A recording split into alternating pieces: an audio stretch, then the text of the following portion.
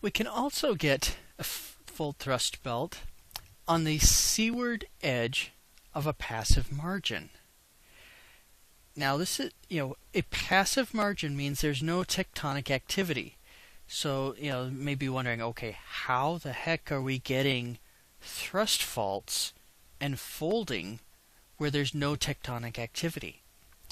This is purely gravity-driven thrust faulting and folding. This cross-section doesn't show elevation all that clearly, but, over here on the left is higher elevation. This is the land, and gravity-driven slumping creates all of these normal faults, as we are already familiar with and expect. Out on this is the continental shelf, and the continental rise is where this thrust fold belt is. And these are forming purely because of all of this normal faulting creating lifting, because these are listric faults. And due to the curvature here that we can see in the crust with the rising moho as it heads over to the oceanic crust, as these slump downward, they push out to the right and up, and this material keeps creating little thrust faults. It's like if you look at the snow in front of a snowplow. There are lots of little thrust faults that form due to the compression, simply because there's something behind it pushing. In this case, the something behind it that's pushing is due to these listric faults that are gravity driven. So out here we're getting the folding and the thrusting, lots of compression right in the toe of this passive margin sedimentary wedge that's forming. It also helps that you notice this is all happening under sea level, under the water. This is saturated rock, saturated sediment. All of that lubrication and pore pressure allows this to happen much more easily.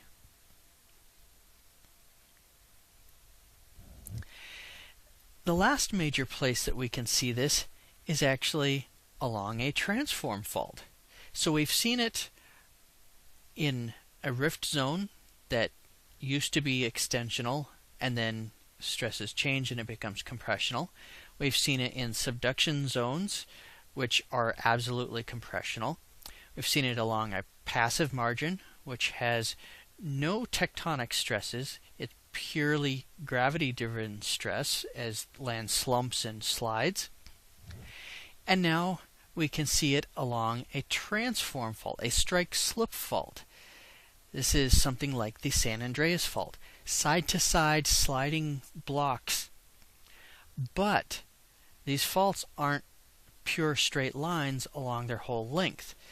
There are bends. Sometimes the bend is a releasing bend, sometimes it is a restraining bend. We've looked at this before. And in those restraining bends, where there is compression, we can get thrust faults and folds. Smaller scale, but absolutely they are thrusts and folds forming together, so it's a thrust fault belt just on a smaller scale. Again, some of the symbols here, I want to make sure you guys are aware of it.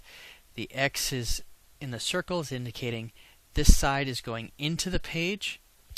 The circle with a dot in the center, this side is coming out of the page, so that's the transform fault, where this right here, and we have the nice flower structure, and these arrows indicating that these are reverse faults.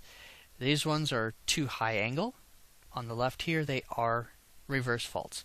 On the right, some of these are much lower angle, so there is some thrust faulting and some just basic reverse faulting. And because of the bend in the transform strike slip fault. That's why these compression arrows are showing here. So now let's pop up to map view. The overhead map view. What are we going to see if we're looking at a map or aerial photographs or satellite images? So what's the geometry of thrust and thrust systems? Well, you can see here the Appalachian Mountains and a few different things identified and labeled, and we pop into this little box here and we look and we see, hey, there's a couple of thrusts. We have a cross section marked X to X prime, satellite image, and here is a cross section of it. So this is going from X right here to X prime right here, and we can see this is definitely low angle, so it is a thrust fault, not just a reverse fault. We have a couple of ramps here, so this is a stepping thrust fault. We have a ramp from B to C and a ramp from G to F. And we can see a bit of a rollover anticline here. In this case, it is the Powell Valley anticline. So it's an anticline, but it's a valley. Question, okay, so how does that happen? Answer is erosion. You can see the dotted line is the actual ground surface. Higher here, lower in the middle, thus the valley. And so even though if there had been no erosion, this would be a hill, we now have a valley. That's why it's super, super important to remember the surface of the ground, the shape of that, whether it's a pit or a hill, doesn't tell you whether something is an anticline or syncline or a dome or a basin. It tells you erosion, subsidence, uplift, etc. that has happened most recently. Any of that can happen to any kind of pre-existing structure. So you can have an anticline that's a valley like this. You could have a syncline that's a hill. You have to take into account the actual angle of the beds when you're trying to determine what a structure is. So anyhow, we've got the two thrust fault or reverse fault symbols here, the line with the little triangle flags, and you can see that the triangle flags are on the thrust bed. So this area down here in Tennessee is getting thrust up over the area into Virginia, which is getting thrust up into Kentucky. You can see that here in the cross section.